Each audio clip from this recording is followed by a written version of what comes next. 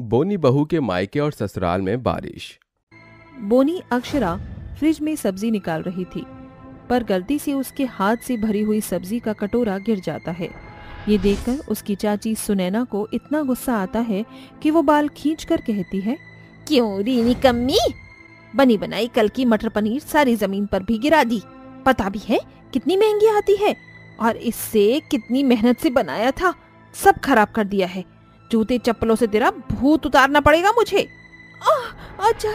चाची मेरे बाल छोड़ दीजिए, मुझे बहुत दर्द हो रहा है। गलती से हो गया चाची, मुझसे ये दोबारा कभी नहीं करूंगी ऐसे। जल्दी से साफ कर इसे बदतमीज नालायक लड़की।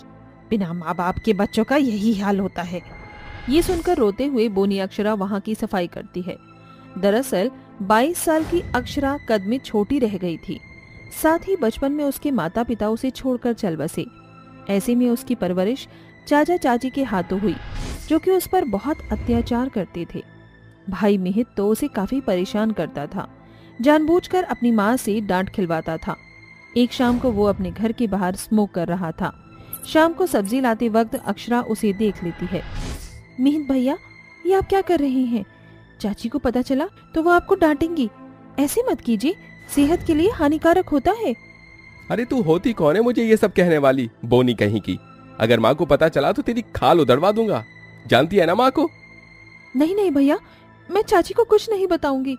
डरकर अक्षरा अंदर चली जाती है, पर मिहित के घर में आते ही सुनैना को उसके मुंह से दुर्गंध आती है और वो अपने बेटे को बहुत ज्यादा खरी खोटी सुनाती है। फिर मिहित को गलतफहमी होती है कि ये सब उसकी बहन ने किया है, इसीलिए वो उसके कमरे में जाकर उसकी माता पिता की तस्वीर को टुकड़े टुकड़े कर देता है। भैया आप क्या कर रहे हो? आपने ऐसा क्यों किया? मेरे मम्मी पापा की तस्वीर को क्यों फाड़ दिया? तू इसी लायक है, मना किया था ना कि मम्मी को कुछ मत बोलियो, फिर भी। भैया मेरा यकीन कीजिए, मैंने कुछ नहीं कहा चाची को।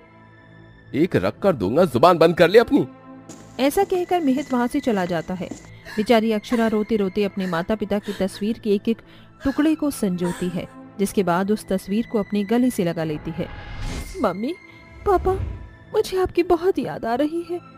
चाचा चाची भैया यहाँ पर सब मुझ पर बहुत अत्याचार करते हैं। मैं यहाँ पर नहीं रहना चाहती हूँ, काश मैं भी आपके पास आ जाती। अरे ओ करमजली, क्या कर रही है? बारिश का मौसम हो रहा है, चल पकौड़े तल मेरे लिए। देखो, काम से बचने के लिए अपने कमरे में छुप कर बैठ जाती है। आई चाची जी। बोनी अक्षरा स्टूल पर चढ़कर पकौड़े तल रही थी। वहीं खिड़की से उसे धीमी धीमी बारिश की छलक दिखाई देती है और गीली मिट्टी की सौंधी सौंधी खुशबू आती है। मेरा तो पकौड़े बनाने का बिल्कुल मन नहीं कर रहा, बारिश में भीगने का मन कर रहा है, पर चाची मुझे जाने नहीं देंगी। जल्दी से पकौड़े बना देती हूँ। फिर अक्षरा जल्दी से अपने चाचा चाची और भाई को पकौड़े बनाकर खिला देती है। चाचा चाची जी, मिहित भैया, अगर आपको चाहिए तो मैं पकौड़े और लेकर आऊं? और क्या, जाकर पनीर और बैंगन के पकौड़े भी बना कर ला। कहीं बारिश खत्म न हो जाए, जल्दी से बनाती हूँ। फिर अक्षरा उनके मनपसंद पकौड़े भी बनाकर उन्हें देती है। चाची जी, मैंने सारे पकौड़े बना दिए, अब मैं थोड़ी देर बारिश में जाऊं, मेरा भीगने का मन कर रहा है। क्या बोली चुड़ैल, तुझे बारिश में भीगना है ना कि तू बीमार हो जाए, फिर तेरी दवाई के लिए खर्चा करना पड़ेगा। कोई जरूरत नहीं है, चुपचाप यहीं पड़ी रहे। आई बड़ा बारिश में नहाने वाली, दरवाजे पर बारिश का पानी आ रहा है, चल जाकर साफ कर। बेचारी अक्षरा को उसके खड़ूस चाचा चाची बारिश में भीगने का आनंद भी नहीं लेने देते और वो रो रो कर बारिश के पानी को साफ करती है। ऐसे ही हमेशा उसे अपनी हर चीज पर मन मारना पड़ता था। घर के सभी लोग उसके साथ बुरा व्यवहार करते थे। फिर उन्होंने कुंती के बेटे नक्श से बोनी बहू का रिश्ता तय कर दिया। वो बड़ी आसानी से मान भी गए, क्योंकि उनके घर में सिर्फ 2 पीढ़ी से लड़के थे, इसलिए उन्होंने बोनी बहू को बड़ी आसानी से अपना लिया। धूमधाम से बोनी अक्षरा की शादी नक्श से हो जाती है। बड़े प्यार से सास और घर के देवर ससुर उसका स्वागत करते हैं। बहू, अब से इस घर की बहू तुम हो। अगर तुम्हें किसी भी चीज की जरूरत हो तो मुझसे कह देना, बेझिझक। हाँ भाभी, वरना मैं तो हूँ ही यहाँ पर। अपना छोटा भाई समझकर आप कुछ भी बोलना, मैं आपके लिए सब करूँगा। जी कोई नहीं माँ जी, मेरे बोनी होने पर भी आपने अपना लिया, क्यों? क्योंकि बहू मेरी कोई बहन नहीं थी, न मेरे बेटों की कोई बहन है, इसलिए हम स्त्री जाति का बेहद सम्मान करते हैं।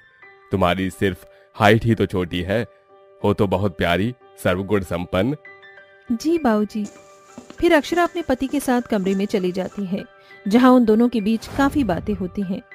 अच्छा अक्षरा, ये बताओ तुम्हारा पसंदीदा खाना क्या है? क्या क्या पसंद है? जी मुझे तो डोसा खाना, रेस्टोरेंट में जाना, घूमना, बारिश में भीगना बहुत पसंद है, पर मैं आज तक कभी गई नहीं। अब तुम्हारा पति तुम्हारे सारे शौक पूरे करेगा। मैं समझ सकता हूँ तुम्हारे चाचा चाची ने तुम पर इतना ध्यान नहीं दिया होगा, पर यहाँ सब तुम्हें बहुत प्यार करेंगे। ये सुनकर अक्षरा की आंखों में आंसू गिर पड़ते हैं। फिर नक्श उसे गले लगा लेता है।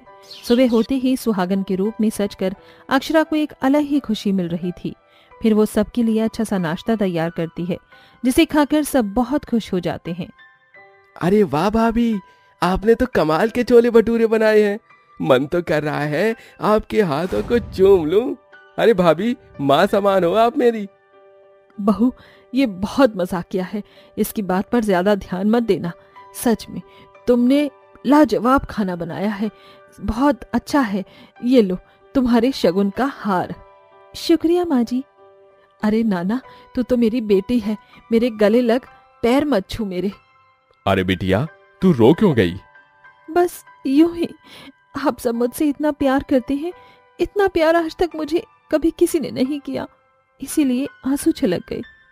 मैंने कहा था ना अक्षरा, यहाँ सब तुम्हें बहुत प्यार करेंगे, इतना कि तुमसे प्यार ही नहीं संभलेगा। ऐसे ही दिन गुजरते हैं। ससुराल में अक्षरा बोनी होने के बाद भी बेहद आसानी से सारा काम कर लेती है। ससुराल वाले उसे बेहद प्यार करते हैं। वहीं बारिश का मौसम आ जाता है।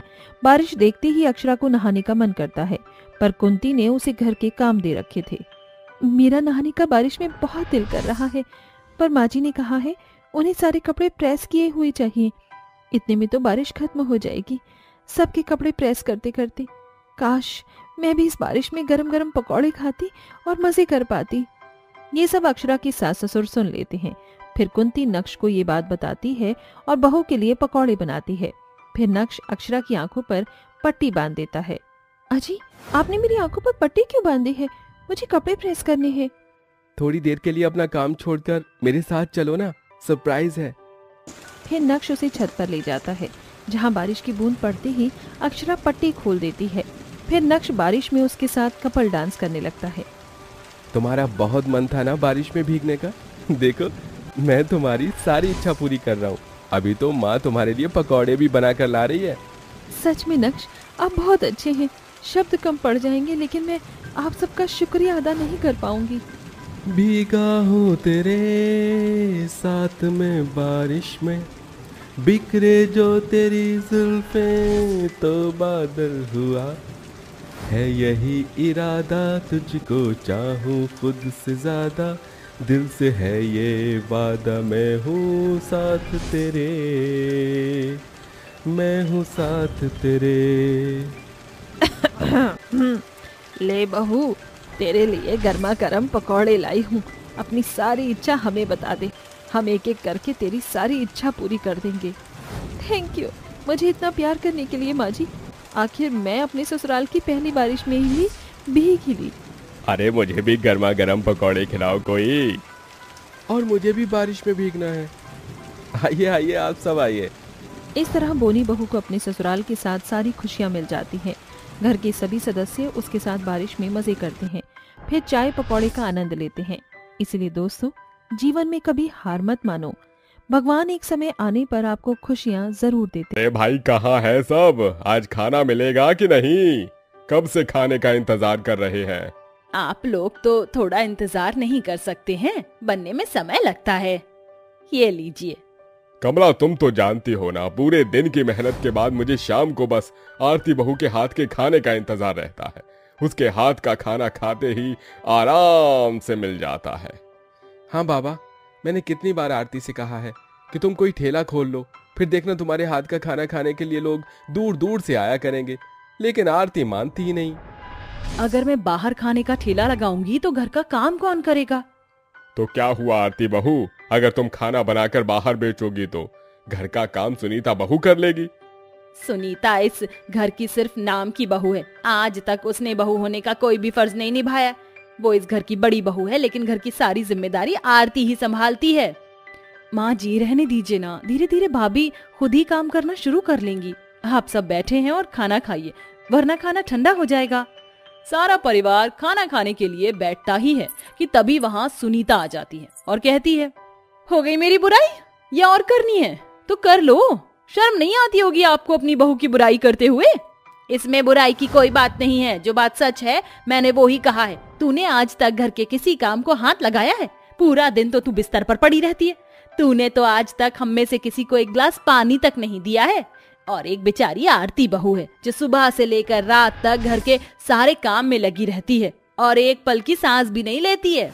आप लोग भूलिए मत कि जब आप लोग कर्ज में डूबे हुए थे तो मेरे डैडी ने ही पैसे देकर आपका कर्जा चुकाया था, और मुझे काम करने की क्या जरूरत है? मेरे घर पर मेरी एक आवाज पर 4 नौकर आ जाया करते थे। ये सारे काम काज आरती संभाले तो ही बेहतर है। ये सारे काम आरती जैसी गरीब लड़की परिसूट करते हैं, ना कि मुझ जैसी अमीर लड़की पर। भाभी आप ये गलत समझ रही हैं। माँ जी के कहने का ये मतलब नहीं था। आप ये सब बात छोड़िए, आइए और खाना खा लीजिए। मुझे तुम्हारे हाथ का ये घिसा पिटा खाना खाने की कोई जरूरत नहीं है। मैं बाहर से ऑर्डर कर लूंगी और खुद ही खा लूंगी। इतना कहकर सुनीता मुंह बनाते हुए चली जाती है। सुनीता एक अमीर घर से होती है, जिस वजह से उसे हमेशा अपनी अमीरी का घमंड रहता है। सुनीता की हरकतें घर में किसी को पसंद नहीं आती हैं। वो हमेशा आरती से जलती है क्योंकि घर में हर कोई आरती को ही पसंद करता है। ऐसे धीरे धीरे समय बीतता रहता है। सब कुछ ठीक जा रहा होता है कि एक दिन अचानक, क्या हुआ जी? आप और राकेश और मुकेश इतनी जल्दी कैसे आ गए? काम क्या जल्दी खत्म हो गया? हाँ कमला, काम खत्म हो गया और हमेशा हमेशा के लिए खत्म हो गया।